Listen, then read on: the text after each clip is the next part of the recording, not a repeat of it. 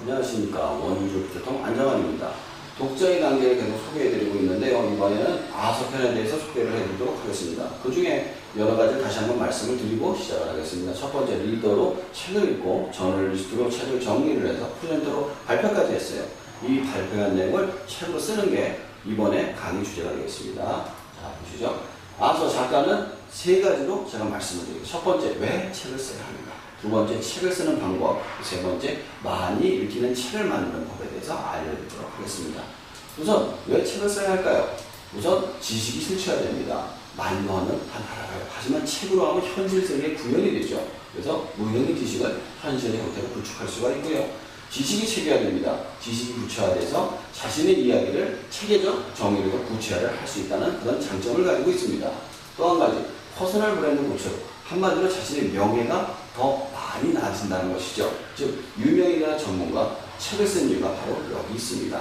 자, 그렇다면 책을 쓰는 방식에는 무엇이 있을까요? 제가 여러 가지가 있지만 제 경험에 의한 것들만 세 가지만 골라봤습니다. 첫 번째, 점선면 입체 방식. 두 번째, 블록 쌓기 방식. 스토리텔링 방식이 있습니다. 이렇게 얘기하니까 아마 잘 모르실 텐데요. 지금부터 자세히 말씀을 드리도록 하겠습니다. 우선 점선면 입체 방식 같은 경우에는 점은 제목입니다. 무엇에 관해 쓸지.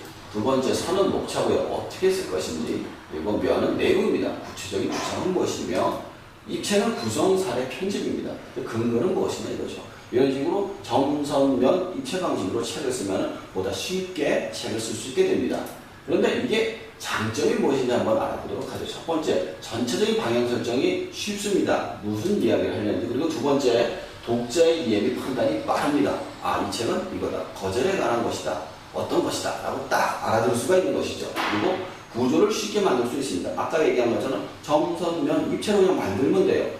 제목을 정하고 목차를 쓴 다음에 사례를 덧붙여가지고 책을 만들면 되는 거거든요. 굉장히 쉽습니다. 근데 이거에 단점도 있습니다. 볼까요? 자, 단점은 구조가 단순합니다. 그래서 독자가 쉽게 예측을 할 수가 있다는 거고요. 원하는 주장에 꼭 맞는 사례. 내가 이런 식으로 목차를 만들긴 했어요. 이 주장엔 이 이야기가 나와야 돼요. 하지만 사례를 찾기가 정말 어렵습니다. 그리고 다른 경쟁 도들과 비슷한 내용의 책이 될 확률이 높기 때문에 뭔가 튀지를 못한다는 그런 단점을 가지고 있죠. 자, 그렇다면 블록 쌓기 방식이란 무엇일까요? 일상의 모든 감동을 일단 씁니다. 책, 영화, 공연, 경험 등을 정리를 하는 것이죠.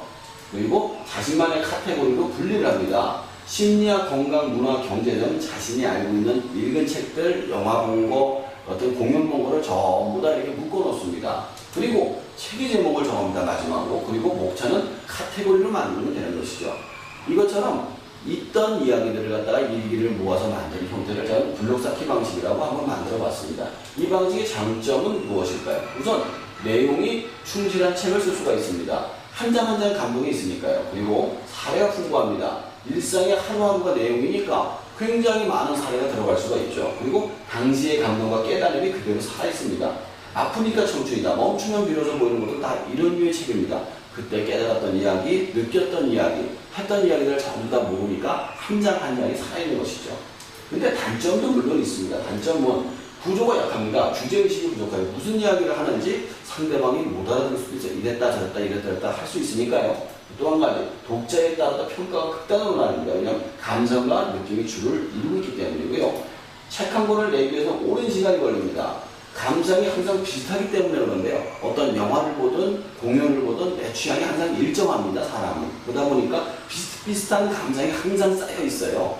그래서 이것을 가지고 어떻게 할 수가 없어서 많은 양을 갖다가 보아야지만 가능하다는 것입니다. 자, 그렇다면 스토리텔링 방식에 대해서도 한번 알아보도록 합시다. 스토리텔링 방식은 우선 원하는 주제의 이야기를 찾아요. 그 다음에 마지막으로 이야기는 인내의 소중함, 이런 식으로 나오고요. 주인공의 위기를 이야기합니다. 즉 청년 백수라든가 빚에 몰린 사람들이 이래서 이랬다라고 이렇게 한계까지 몰린 상황을 이야기한 다음 짜잔, 멘토가 등장합니다. 멘토가 해결책을 제시하죠. 이런 식으로 해가지고 어떤 상황에는 어떻게 해결하는 것이 좋다라고 얘기를 해주는 겁니다. 자, 그렇다면 스토리텔링 방식의 장점은 무엇일까요? 우선 이야기가 부드럽게 전개가 되고요. 필자나 독자나 몰입도가 굉장히 높습니다. 왜냐하면 이야기 방식이니까요. 그리고 인물 간의 대화를 통해 체험성이 높습니다. 보통 점선면 입체 방식 같은 경우에는 어떤 내가 주제를 정해놓고 억지로 끌어다 붙인 사례가 많아질 수밖에 없어요. 그러다 보니까 굉장히 거리감이 있는 반면에 이것은 체험성이 굉장히 높아지고요. 그리고 단점에 대해서 한번 알아보도록 하죠. 단점은 우선 주제에 딱 맞는 이야기 자체를 찾기가 굉장히 어렵습니다. 그리고 도입부와 마감부가 굉장히 어려운데요. 왜 도입부가 어렵냐면 어떤 이야기인데 소설이잖아요. 그러니까 사람들을 확 잡아두는 이야기를 써야 되는데 그러기 자체가 어렵다는 겁니다. 그리고 마감부도 마찬가지예요. 해피엔딩으로 할지 새드엔딩으로 할지 아니면 이야기를 다른 방식으로 전개할지를 결정하기가 굉장히 어렵거든요. 그리고 스토리가 내가 원치 않는 방향으로 갈 수도 있습니다. 이래서 저래서 하다 보니까 너무 밋밋해요. 그래서 반전을 한번 넣었어요. 그랬더니 이야기가 전혀 다른 방향으로 튈 수도 있습니다. 따라서 이런 식으로 이야기가 튈 수 있다는 그런 단점을 가지고 있습니다.